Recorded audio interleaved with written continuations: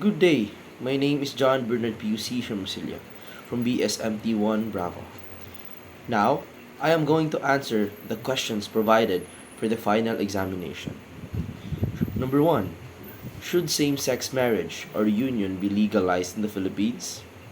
Explain your answer objectively with philosophical principles. No.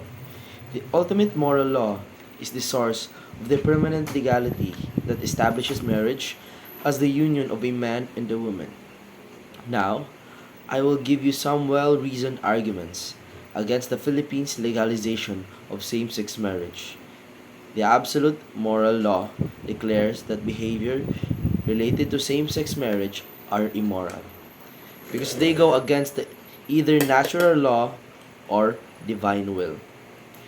Even the Bible claims that in Genesis verse 1, chapter 27 to 28, God created Adam, the first human, and Eve, descended from Adam.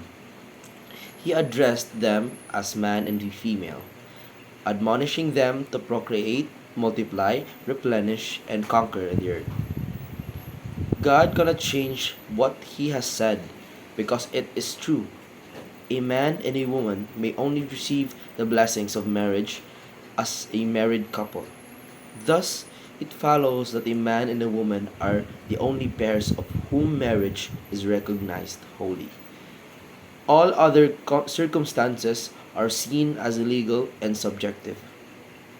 This is constant with the unchanging moral law's prescription of the objective reality of moral obligations and values.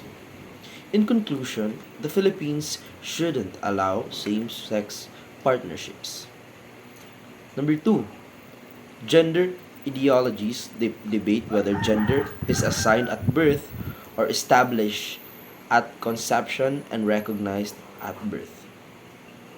Which of this assertion is backed up by philosophy and science? The idea that gender is determined at conception and recognized as at birth is supported by philosophy and science. In scientific terms, gender is defined at birth, if not earlier, and decided from conception.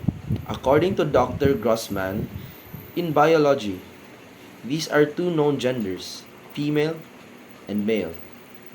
From a philosophical standpoint, thinking that you are a man trapped in a woman's body is subjective because it is based on your gender you are assigned.